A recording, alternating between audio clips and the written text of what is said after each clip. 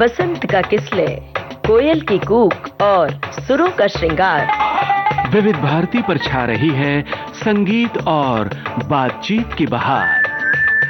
रंग बसंती।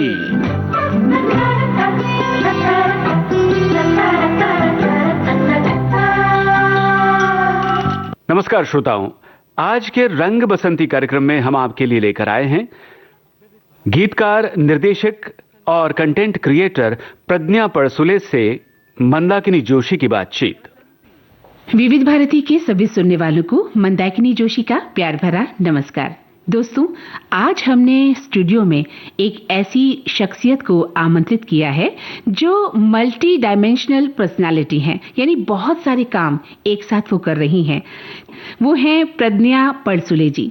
तो प्रज्ञा जी, आपका विविध भारती के स्टूडियो में बहुत बहुत स्वागत है। Thank you. कैसी हैं आप? मैं बहुत बढ़िया, अच्छी हूँ जी। और विविध भारती के स्टूडियो में आकर कैसा महसूस कर रही हैं? बहुत बहुत अच्छा महसूस कर रही हूँ।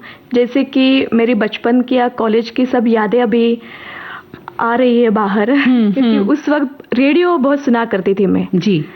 तो बहुत अच्छा लग रहा है अभी। यानी कॉलेज टाइम से रेडियो की आप भी शौकीन रही? बहुत बहुत। उस वक्त कहाँ थे ये सब, इंटरनेट, यूट्यूब, कुछ भी नहीं था। तो रेडियो एकमात्र जरिया था।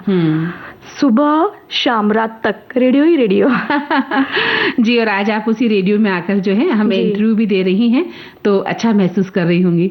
यस यस, आपको भी धन्यवाद मुझे बुलाने के लिए। जी बिल्कुल। तो प्रज्ञा जी, आप बहुआयामी व्यक्तित्व की धनी हैं, यानी आप एक कंटेंट राइटर हैं, आप पोएट हैं, आप लिरिसिस्ट हैं, वॉइस ओवर आर्टिस्ट आप हैं, आप एक डायरेक्टर और प्रोड्यूसर हैं। इतने सारे काम आप कर रही हैं, साथ में आप रिसर्च भी कर रही हैं। तो इनमें से कौन सा काम आपके ज्यादा नजदीक लगता है? भले ही मैं वॉइसिंग कर रही हूँ या डायरेक्टिंग कर रही हूँ, सबसे ज्यादा मुझे लेखन में बहुत रुचि है। लेखन करती हूँ और रिसर्च करने में मुझे हमेशा बहुत अच्छा लगता है, क्योंकि लेखन के बिना तो मैं रह ही नहीं सकती। अच्छा। बचपन से लिखते आ रही हूँ, इसके लिए मुझे लेखन बेहद बेहद पसंद है।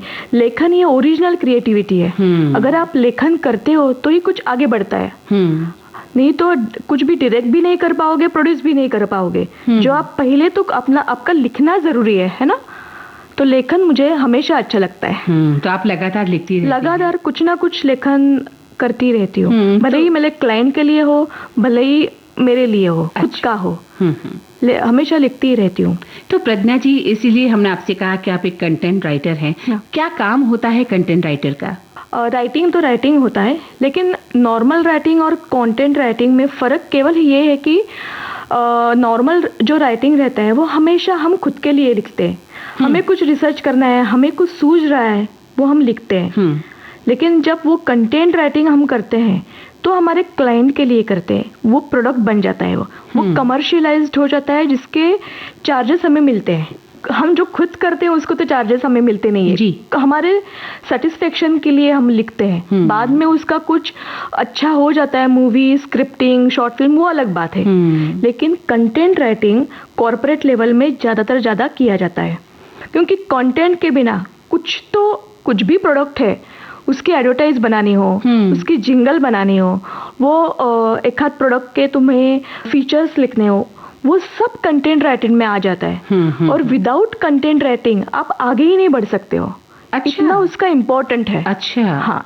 तो जैसा कि आप वेबसाइट्स के लिए, ब्लॉग्स के लिए, सोशल मीडिया और मार्केटिंग के लिए लिखती हैं, क्या क्वालिटी होती है कंटेंट राइटर की और क्या विषय होते हैं? क्वालिटी और इम्पोर्टेंट तो बहुत है, और आजकल तो बहुत ही है, क्योंकि कंपनियां बढ़ रही है, कॉर्पोरेट लेवल की सर्विसिंग बढ़ रही है, और अलग अलग लेवल पे अलग अलग जरिया से काम हो रहा है, सोशल मीडिया है।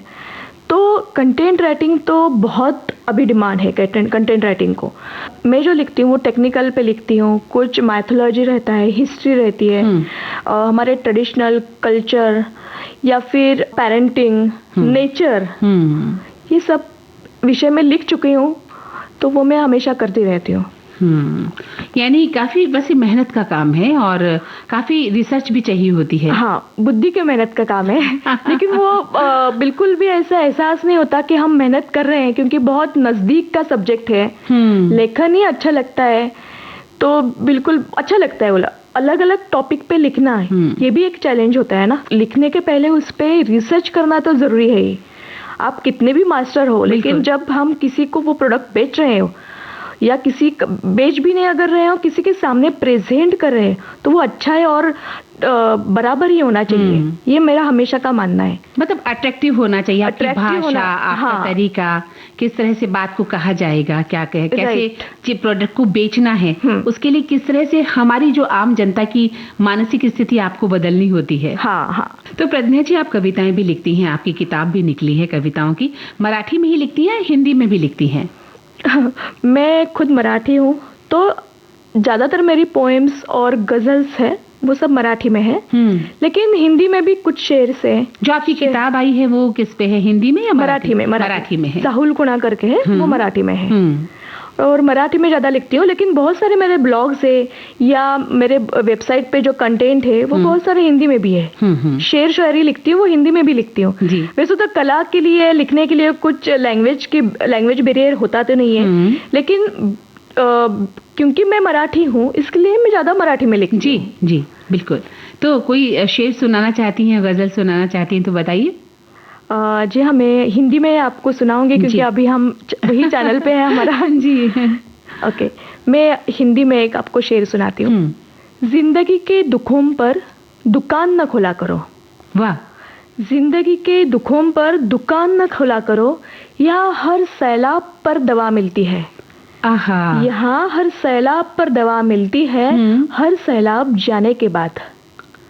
ओहो, क्या बात है, क्या बात है। क्योंकि हमारी ये लाइफ है, हमारी जिंदगी है, टाइम इज अ मेडिसिन। बिल्कुल। तो पेशेंस रखना ही पड़ता है। इसके लिए ये ऐसी किस मोड़ पे मैंने ये लिखी थी। बिल्कुल, बहुत अच्छा लिखा कि दुखों को व्यापार नहीं बना लेना चाहिए, कि आपने बिजनेस बना लिया है दुकान। क्योंकि हमेशा रहता है ना, हम कभी भी डिप्रेशन में होते हैं तो लोगों को 4 बातें बताते हैं, ये ऐसा, मैं ऐसा हूँ, ऐसा हूँ, कुछ मिलता तो नहीं है, सारे सब सुनते हैं। तो हैव अ पेशेंस। समय बदलता है, समय हमेशा नहीं रहता है। यस, बहुत अच्छी बात आपने कम से कम शब्दों में कह दी है। तो चलिए, अब हम चाहते हैं आप अपनी पसंद का भी एक गीत बता दें। एक गजल है, तो वो गजल में सुनना चाहूंगी, वो बहुत बहुत अच्छी लगती है।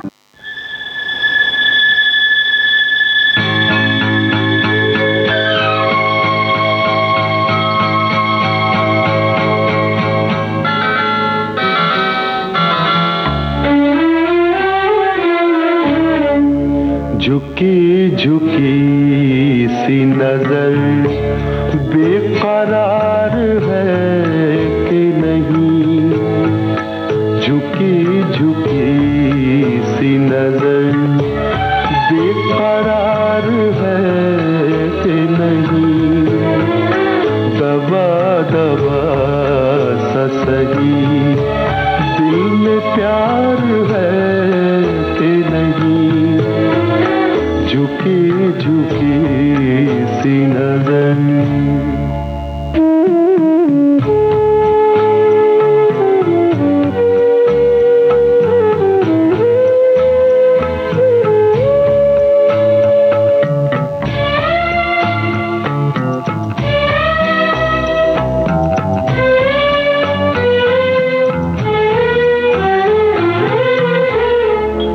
तू अपने दिल की जवां धड़कनों को गिन के बता,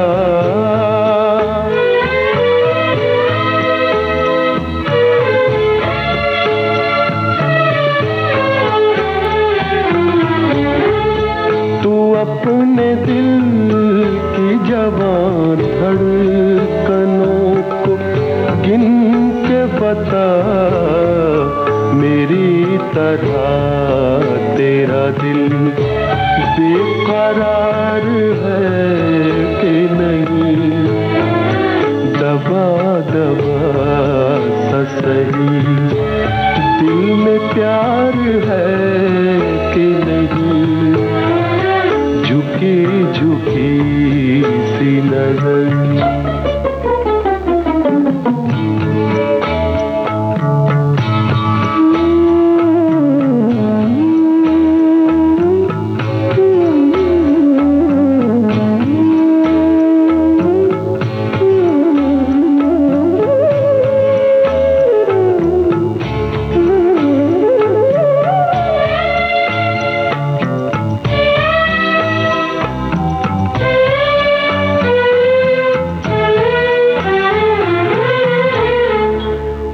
पल के जिसमें मोहब्बत जवान होती है,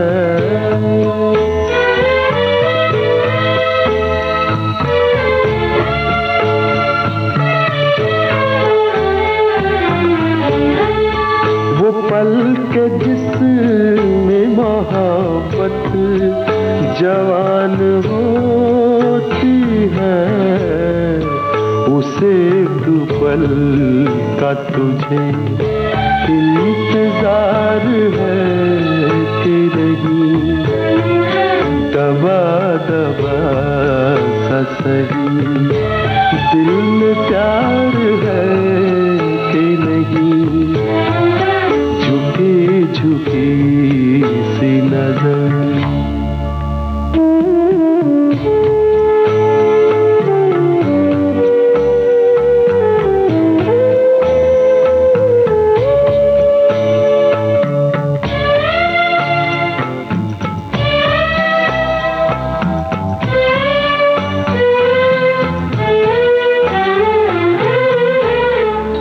तेरी उम्मीद पे ठुकरा रहा हूँ दुनिया को,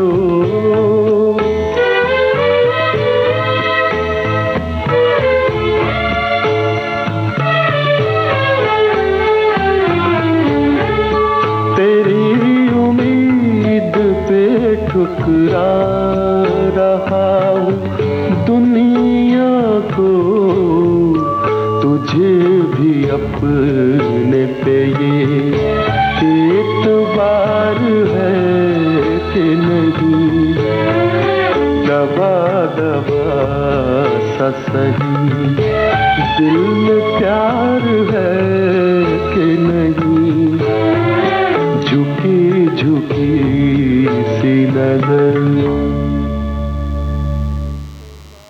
तो प्रज्ञा जी, पिछले 10 सालों से आपने मीडिया हाउस के लिए, न्यूज़पेपर के लिए काफी लिखा है और एक पूरी सीरीज आपने लिखी है महाभारत पर। उसके बारे में बताइए कि महाभारत जो हम देखा करते थे, उस सीरीज को आपने मराठी भाषा में लिखा है या एक अलग तरीके से लिखी गई महाभारत थी? नहीं, लॉकडाउन के पीरियड में ये जो ब्लॉग सीरीज है ना, ये लिखी गई थी। ये महाभारत के 18 दिन के महाभारत के युद्ध पर है, जो कुरुक्षेत्र में जो हुआ था। हाँ। वो युद्ध पर है। जैसे कि उस दिन लॉकडाउन हुआ था तब के टाइम, तो वो जो महायुद्ध चला था वो भी 18 दिन का था, और वो जो लॉकडाउन था वो भी आई थिंक 20 डेज का था। तो सामने से एक माया नमो करके कॉर्पोरेट कंपनी स्पिरिचुअली है, तो उनसे प्रस्ताव आ गया। मुझे भी वो कॉन्सेप्ट बहुत अच्छी लगी, तो हमने वो शुरू कर दी। उसमें सब जो है ना, वो 18 दिन के महायुद्ध कैसा हुआ जी, हाँ, उसको घटनाक्रम जो बोलते हैं, स्टेप बाय स्टेप कैसा, वो सब उसमें है। कौन से इमोशंस किसके साथ जुड़े थे, रियल जो घटनाएं घटी थी, वो सब उसके ऊपर हमने वो ब्लॉग सीरीज बनाई थी जी। और बहुत अच्छा रिस्पांस मिला था, क्योंकि एक बात वो भी थी कि उस टाइम सब बंद था। हाँ, एपिसोड्स मीन्स डेली सोप्स वगैरह सब बंद था, तो किसी से जरिया से हमारे इधर से वो एक अलग सी कॉन्सेप्ट्स पहुंच रही थी जी। तो इसके लिए शायद उसको बहुत ज्यादा रिस्पांस मिला और लगातार 1.5 महीना वो ब्लॉग सीरीज चली। अच्छा, ये मराठी भाषा में थी? हिंदी में भी थी और मराठी में भी थी। अच्छा, तब मैंने भगवत गीता के ऊपर बहुत ज्यादा पढ़ाई की। पहले भी थी, लेकिन उस वक्त और ज्यादा हुई, क्योंकि वो हर एक आर्टिकल के पहले और एंड में भगवत गीता का श्लोक है। अच्छा, हाँ, तो उसको जो रिलेट करता है वो श्लोक मैंने उधर लिखा है, हमारे प्रैक्टिकल जिंदगी के बारे में कि अभी वो कैसा रिलेट करेगा, ऐसा करके वो मैंने शुरुआत की थी और बहुत अच्छा रिस्पांस मिला मुझे लोगों।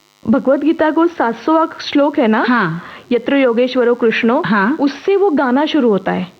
अच्छा, हाँ, विजयी भव करके गाना है, यूट्यूब पर है, तो वो गाना उसमें से है। और ये जो आर्टिकल्स मैंने लिखी थी वो पहले तो महाभारत के ऊपर थी, युद्ध के ऊपर, और बाद में युगांत करके और एक सीरीज लिखी गई। कैसा है ना कि हमारी सबकी मान्यता रहती है कि कौरव पांडवों का युद्ध हो गया और सब कुछ गुड़ी गुड़ी हो गया रहेगा, पांडव जीत गए, लेकिन ऐसा था नहीं।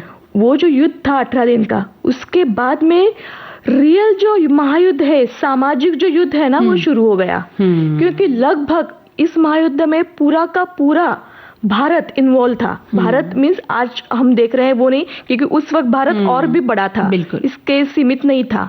तो बहुत बहुत राज्य उसमें इन्वॉल्व हो गए थे।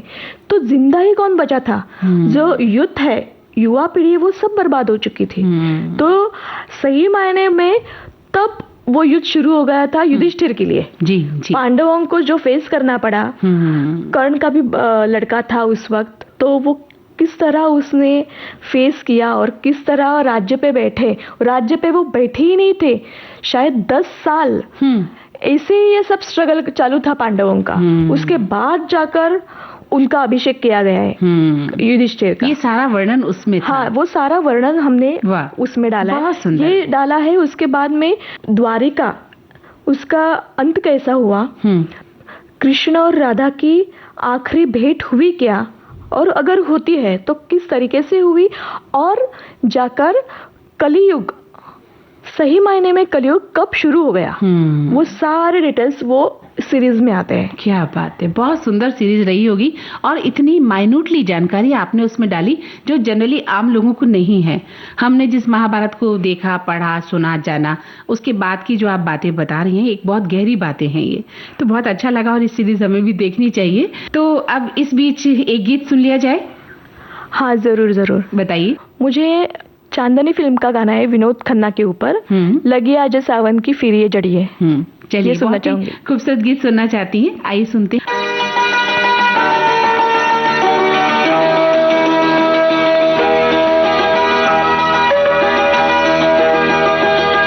लगी आज सावन की फिर वो झड़ी है, लगी आज सावन की फिर वो झड़ी है, वही आग सीने में फिर जल पड़ी है,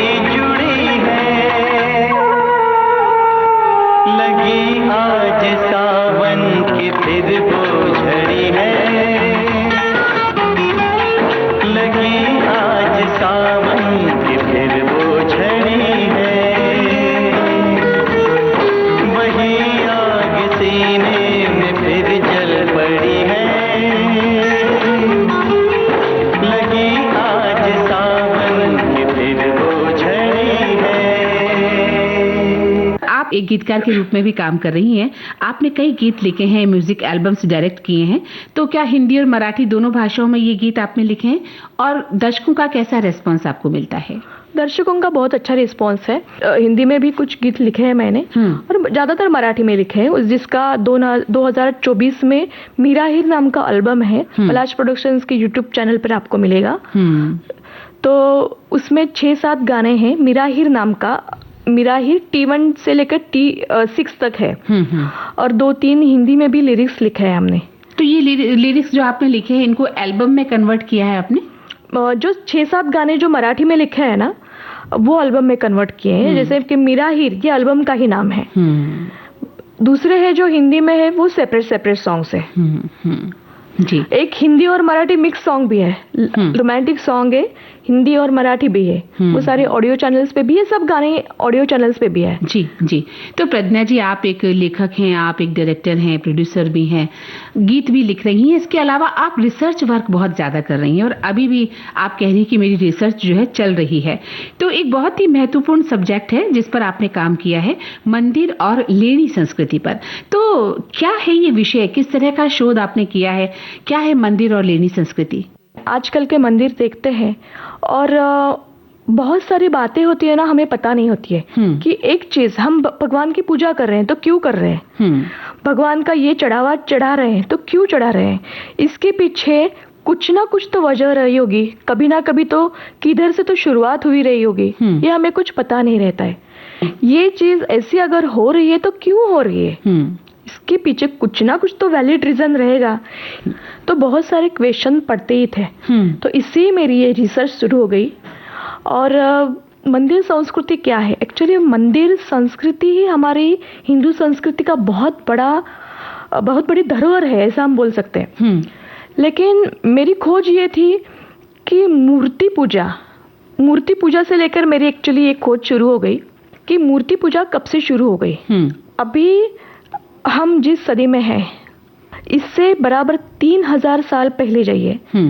मैंने जैसे जैसे पढ़ना शुरू कर दिया, मुझे ध्यान में आया, मुझे ऐसे समझ में आने लगा कि रामायण महाभारत या उसके पहले का जो युग है उसमें मंदिर ही नहीं थे, उसमें मंदिर नहीं थी और मूर्ति भी नहीं थी। तो फिर हमारे इधर मंदिर कहाँ से आ गए, मूर्ति पूजा कैसे शुरू हो गई? तो उसका भी बड़ा बहुत वो अलग सा इतिहास है। हमारा धर्म जो है वो सनातनी धर्म है, हमारे धर्म का कोई प्रबोधक नहीं है। वेद जो है वही हमारे लिए सब कुछ है। तो जैसे जैसे मानव खुद का विकास करने लगा, जैसे जैसे समझ में आया, तब से उन्होंने ये देखा कि हमें ना पानी अगर ना मिले तो फिर हम जी नहीं सकते। वो पानी कहाँ से आता है? आकाश से आता है।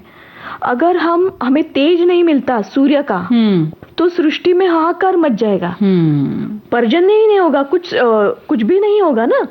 जमीन अगर नहीं रहती, पृथ्वी नहीं रहती, तो कुछ पैदाइश ही नहीं होने वाली थी। तो ये सब जो है ना बातें, तो जिसको हम आज पंचतत्व कहते हैं, अग्नि, वायु, जल, आकाश और मिट्टी, जैसे जमीन। तो हमारे संस्कृति में जो पंचतत्व है ना, उसको हम पूजते थे। रामायण हो या महाभारत हो, इसमें ही पूजा गया है। हमें किसी देव की, किसी भगवान की अगर आराधना करनी हो तो हम होम करते थे, अग्नि को आहुति लगा के, उनको मंत्रोच्चार करके, उस वक्त होम लगा के हम उस एंगल से पूजा करते थे जी। उस रूप की पूजा थी। उस टाइम कोई भी मूर्ति नहीं थी, कोई भी मंदिर नहीं था। साधना, उपासना, मंत्रोच्चार, ये सब हमारा तरीका था पूजा करने का। तो आज से लेकर 3000 साल पहले मंदिर संस्कृति का निर्माण हुआ, बहुत ज्यादा नहीं, 3000 साल पहले। मंदिर संस्कृति भी थोड़ी सी बाद में आती है, पहले गुफाएं हुई। लेणी जैसे आप कह रहे हैं, लेणी, हाँ। मानव जैसे उस वक्त तो lodging boarding means hotels, restaurants थे नहीं जी। इस गांव से लेकर उस प्रदेश में जब हम भागदौड़ करते थे, किसी काम के लिए जाते थे, तब बारिश के सीजन में या ठंडी के सीजन में रुकने के लिए ये गुफाएं बनाई गई थी। अच्छा। हाँ, कुछ गुफाएं ऐसी थी वो नेचुरल तरीके से बनी हुई थी, प्रकृति ने ही बनाई हुई थी। कुछ गुफाएं मानव निर्मित है। तो 2-2 महीने 3-3 महीने उधर रहने के लिए वो गुफाएं बनाई गई थी। अच्छा। बाद में जाकर गौतम बुद्ध के जो समय काल है उसमें वही गुफाओं को है ना बहुत सुंदर तरीके से गुफाया गया शिल्प कला से। तो आज जो हम बहुत सारी गुफाएं देखते हैं, बौद्ध शिल्प, हाँ बौद्ध शिल्प देखते हैं, लेनी देखते हैं, तो बहुत विचार करके उन्होंने भी बनाई। वो उसमें क्या है, आपने अगर गौर से देखा ना, हमारा ही भारत का इतिहास शिल्पकला के रूप में उधर अंकित है जी। दूसरी बात यह है कि उस टाइम कौन सा लाइफस्टाइल वो अपनाते थे, कैसे तरीके से उनकी जीवन शैली कैसी थी, वो जो शैली है ना उन्होंने पत्थर पे लिखित की हुई है। चाहे वो लिखने के स्वरूप में हो या फिर शिल्प के रूप में हो। तो वो बताना चाह रहे थे कि वो ये सब धरोहर अगली पीढ़ी को सौंपना चाह रहे थे। बहुत खूब, बहुत शानदार। तो पहले तो लेनी की निर्मित हुई और बाद में मंदिर की हुई। अच्छा। तो बहुत 3-4 प्रकार के मंदिर के भी ये प्रकार है। नागर है, द्रविड़ है, ऐसे बहुत सारे प्रकार है। और सारे प्रकारों में उनकी जो आप देखोगे ना, कोई पिरामिड के है, पिरामिड के शेप में है, बिल्कुल। हाँ, कोई ऐसे मधमाशी रहती है, उनका जो पोला रहता है उसके शेप में है। तो ऐसे अलग अलग तरीके के 3-4 प्रकार के मंदिर है। ये मंदिर ज्यादा से ज्यादा महाराष्ट्र में और कर्नाटक साइड में पाए जाते हैं जी। जिसमें बहुत बहुत सुंदर तरीके की शिल्प है, जिसमें रामायण, महाभारत के भी पहले का बहुत सुंदर सुंदर इतिहास उन्होंने उधर अंकित किया है, कोरा हुआ है। वाह, बहुत खूब। तो ये सब उन्होंने इसीलिए बनाया कि आगे जो है, हमारे आगे आने वाली जो पीढ़ियां है, उनको ये समझे कि भारत क्या है, हमारी हिस्ट्री क्या है, और आपको उसी तरीके से आगे बढ़ना है, ना कि वो मंदिर आपको नष्ट करने हैं। वो तो मुगल आए, अलाउद्दीन, इसके बाद हमारे बहुत सारे मंदिर डिस्ट्रॉय हुए एक्चुअली, लेकिन वो बहुत खूबसूरत मंदिर हुआ करते थे, आज भी है। और सबसे मजे की बात है ये जो मंदिर बनाए गए ना, ये मंदिर बनाने के पीछे इंटेंशन पूजा का था ही नहीं।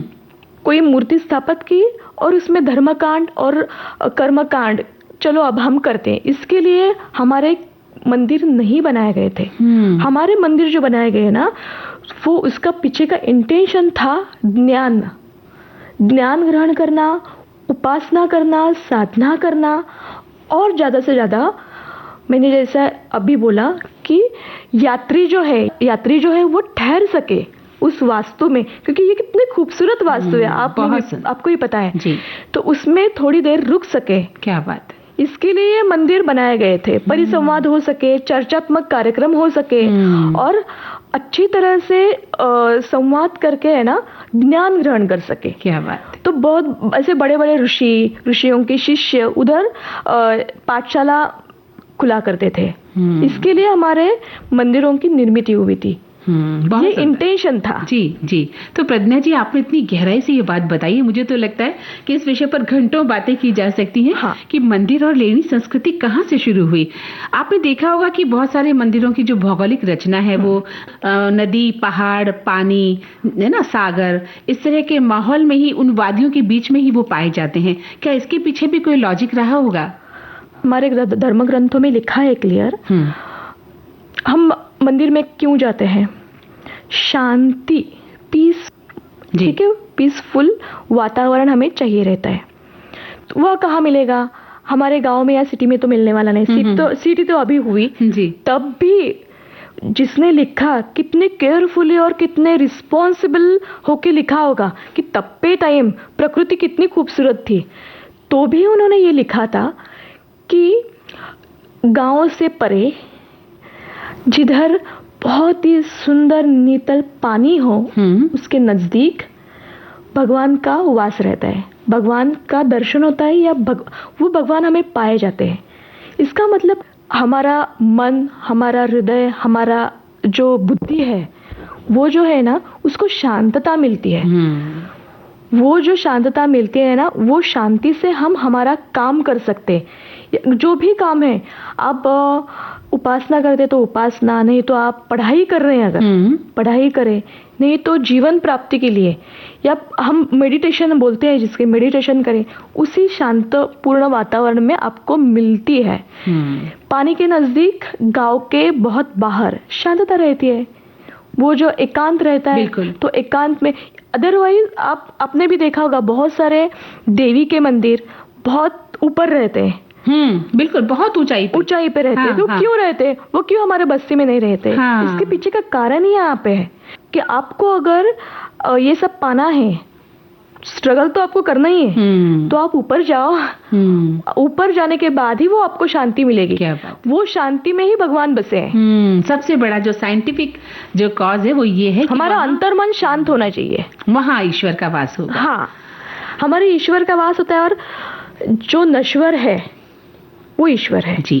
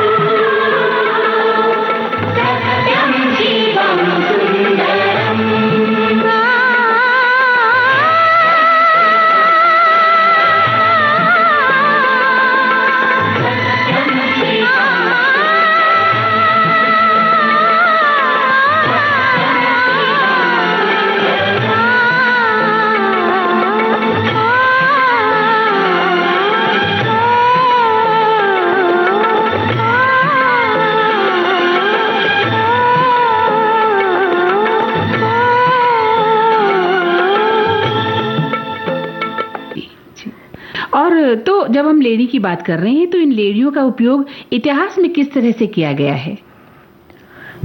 इतिहास में बहुत अच्छे अच्छे तरीकों से किया गया है।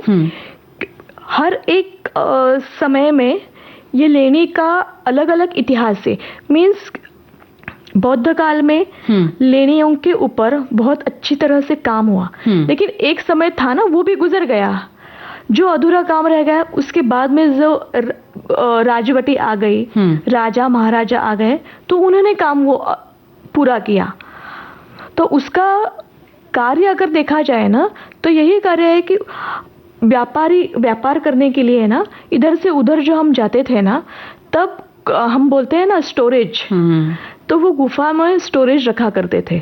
खुद भी रहा करते थे और स्टोरेज भी रखा करते। इस कितनी सारी गुफाओं का स्टोरेज के लिए उपयोग हो चुका है इतिहास में, शस्त्रास्त्र के लिए हो चुका है। क्योंकि जो वादियों में, अब पर्वत में वगैरह है, उधर शत्रु पहुंच नहीं सकता था, तो उधर वो कोठार में धान्य के कोठार, शस्त्रों के कोठार स्टोरेज करके रखा करते थे। हाँ, ये सबसे बड़ा उपयोग इतिहास में गुफाओं का किया गया है, लेनियों का किया गया है।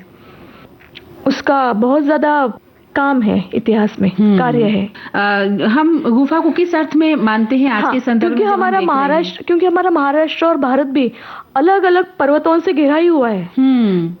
उसकी वजह से इसका उपयोग बहुत अच्छी तरह से किया गया है, लेनियों का, बहुत अच्छी गुफाओं का, लेनियों का। एक नया ज्ञान हमें मिला। हमने लेनियों को या हमने गुफाओं को एक अलग अर्थ में देखा था कि गुफाएं हमें दिखती हैं, लेकिन आपने उसके बारे में जब बताया तो समझ आया कि इतिहास में किस अर्थ में ये लेनियां आई होंगी और इनको किस तरह से यूज में लाया गया होगा। तो आजकल के जो मंदिर हैं और प्राचीन मंदिर हैं, उनमें आप अंतर क्या पाती हैं? आपकी रिसर्च क्या कहती है? सबसे बड़ा अंतर तो मुझे, तो मेरे एंगल से दिखाया जाए तो मुझे वास्तु का ही नजर आता है। वो जो थे मंदिर जो बने हुए हैं, तो आज भी टिके हुए हैं, बिल्कुल भी इधर से उधर हुए नहीं, उसका एक पत्थर भी हुआ नहीं है। हमें तो पता है जो मुगलों ने विनाश किया, तोड़े फोड़े, वही, लेकिन अपने आप तो कुछ हुआ नहीं है। इसके लिए मुझे हमेशा ऐसा लगता है मंदिर बांधने एक्स्ट्रा, अभी जो हम मंदिर की निर्मित कर रहे हैं, उसके बजाय जो हमारे पुरातन मंदिर है ना, वो उसको अच्छी तरह संभालना चाहिए, उसको संजोना चाहिए। वो हमारी धरोहर है, वो हमारी सच्ची धरोहर है। उस पे अगर आप देखोगे ना शिल्पकला पे, तो बहुत अच्छे अच्छे शिल्प है।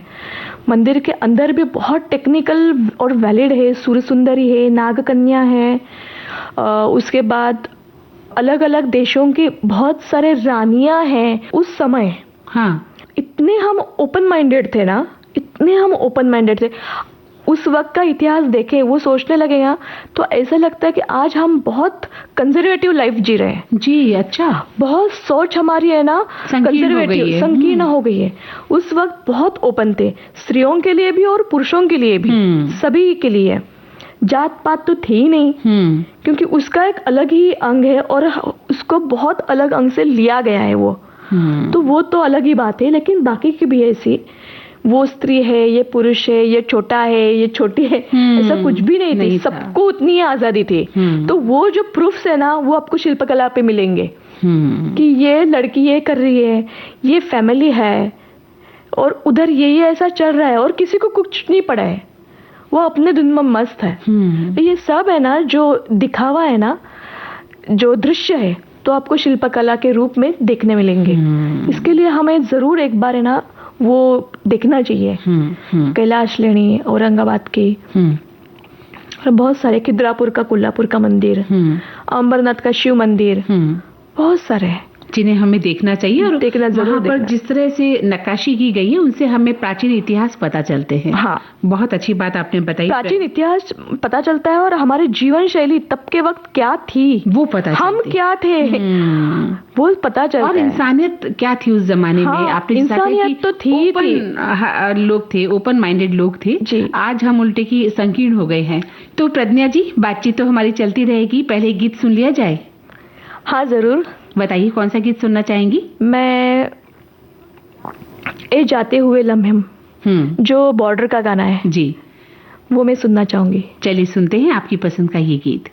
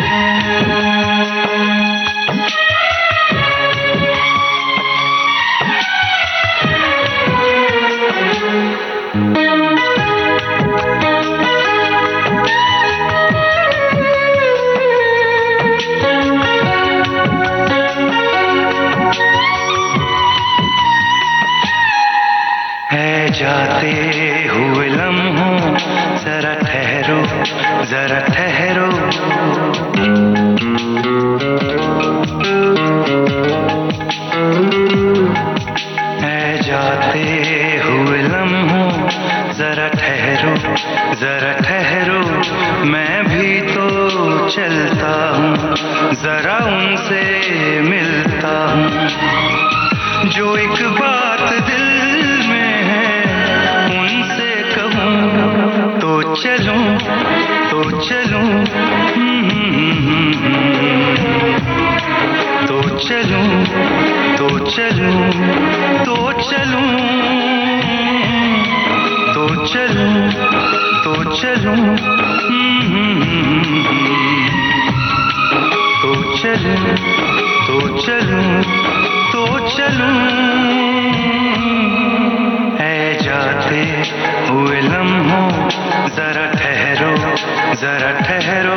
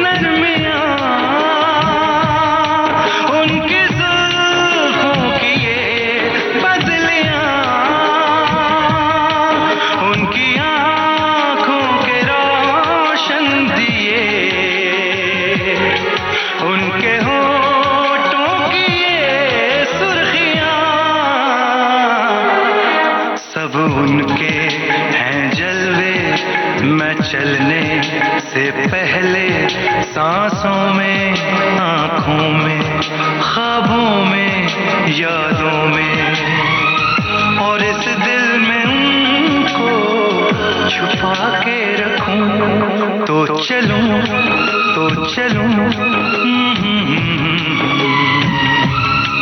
तो चलूं तो चलूं, तो चलूं। ऐ जाते हुए लम्हों जरा ठहरो, जरा ठहरो।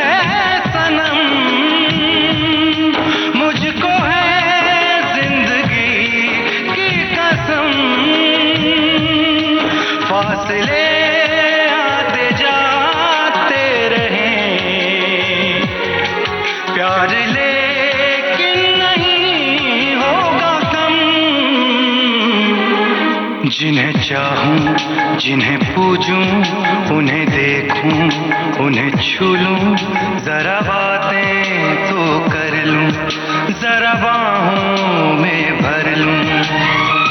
मैं इस चांद से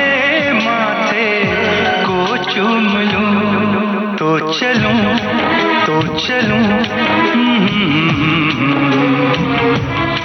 तो चलूं, तो चलूं, तो चलूं।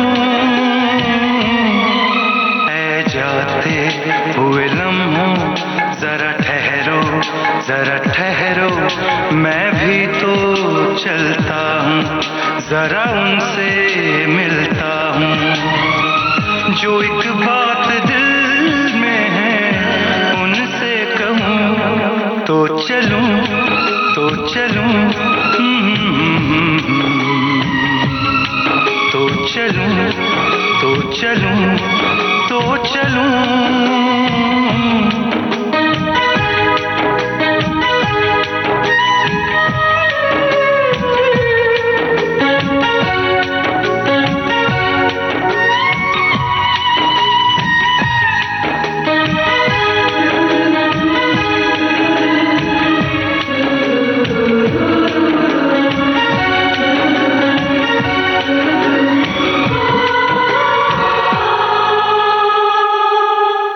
तो प्रज्ञा जी, आप तो इतना सारे काम कर रही हैं। जैसा कि हमने कहा, एक काम आपका है वॉइस ओवर आर्टिस्ट का। आप बहुत जगह अपनी वॉइस देती हैं। कहाँ कहाँ आपने वॉइसिंग की? बहुत सारी डॉक्यूमेंट्रीज को दी है मैंने वॉइस। उसके बाद शॉर्ट फिल्म को दी है। बहुत सारी है, कॉर्पोरेट लेवल पे ज़्यादा है। फिल्म में मैंने कभी ज़्यादा ट्राई किया नहीं है। तो डॉक्यूमेंट्रीज में अक्सर ज़्यादा से ज़्यादा हमारी डिस्कवरी पे जो डॉक्यूमेंट्रीज रहती है ना, उस टाइप में डॉक्यूमेंट्री जो रहती है ना, उसको दिया है वॉइस। उसके बाद में सोशल वॉइस है, सोशल डॉक्यूमेंट्रीज को, और गवर्नमेंट की कई सारी डॉक्यूमेंट्रीज है, उसको मैंने वॉइस दिया है। और वो बाकी के छोटे मोटे प्रोजेक्ट तो चलते ही रहते हैं, उनको दिया है। कुछ स्पिरिचुअल, कुछ स्पिरिचुअल जिंगल्स है, तो उसको भी दिया है। मराठी और हिंदी दोनों भाषाओं में? हाँ, वॉइसिंग मराठी और हिंदी दोनों में करती हूँ। तो काफी अच्छा लगा आपसे बातचीत करके। और जब आप डायरेक्शन देती हैं, उसमें भी क्या अपनी कोई भूमिका रखती हैं या सिर्फ डायरेक्टर होती हैं उस समय? केवल डायरेक्शन में होती हूँ। क्योंकि दूसरा कुछ सोचता ही नहीं है। पहले वो काम अच्छी तरह से बन जाए, वो मेरे लिए सबसे ज्यादा इम्पोर्टेंट होता है। तो अब तक आपने जो डायरेक्शन किया है, किन किन सीरीज में किया है या किसी खास प्रोजेक्ट में किया है? कई शॉर्ट फिल्म्स हैं, डॉक्यूमेंट्रीज हैं, एड फिल्म्स हैं, उसमें मैंने कर चुकी हूँ। और मेरे जो गाने हैं, वो कई सारे गाने हैं, गानों के लिए भी कर चुकी हूँ। आप खुद ही उन्हें डायरेक्ट करती हैं? जो मेरा काम ऐसा रहता है ना कि जो मैं खुद लिखती हूँ ना, वो डायरेक्ट भी मैं ही करती हूँ। अच्छा। क्योंकि वो जो मैं लिखते समय लिखती हूँ ना, तो वो डायरेक्ट कैसा करना है वो उसी टाइम मुझे विजुलाइज हो जाता है। इसके लिए मैं वो रिस्पॉन्सिबिलिटी दूसरे किसी और को नहीं देती, और बाकी के प्रोजेक्ट सामने से आते हैं जिस पर आप काम करती है। यस। तो प्रज्ञा जी, आज तो आपने बहुत अच्छी जानकारी हमें दी। बस चलते चलाते ये बताइए कि आगे आपके नए प्रोजेक्ट्स क्या हैं? आगे मैं 2-3 सीरियल पे काम कर रही हूँ, जिसकी स्क्रिप्ट राइटिंग कर रही हूँ, और मेरे खुद के 4-5 गाने ऑन वे है। हाँ, तो वो रिलीज होंगे नेक्स्ट मंथ में, स्टेप बाय स्टेप रिलीज होंगे। ये सब चालू है। वॉइसिंग में तो चालू रहता है, लेखन चालू रहता है। अभी एक बुक भी आने वाला है, रिलीज होगा, मंदिर के ही ऊपर है जी। यानी मंदिर का ये जो आपका रिसर्च है वो चलता रहेगा? वो इतना गहरा है ना, इतना गहरा है, तो बहुत सालों तक वो तो चलता रहेगा। जी, हम उम्मीद करते हैं इस विषय पर आपसे फिर कभी बात हम करेंगे। और अब समय हमें इजाजत नहीं दे रहा, लेकिन आप विविध भारती के स्टूडियो में अपना इतना महत्वपूर्ण समय निकालकर हमारे लिए आई, इसके लिए आपका बहुत बहुत धन्यवाद। Thank you. तो अभी आप सुन रहे थे प्रज्ञा पड़सुले से की गई हमारी ये महत्वपूर्ण बातचीत। और अब मंदाकिनी जोशी को दें इजाजत। नमस्कार। ये थी कंटेंट क्रिएटर, गीतकार और निर्देशक प्रज्ञा पड़सुले से मंदाकिनी जोशी की बातचीत। Recording engineer Anushree Gupta. विविध भारती की ओर से इस कार्यक्रम के प्रस्तुतकर्ता तेजश्री कांबड़े।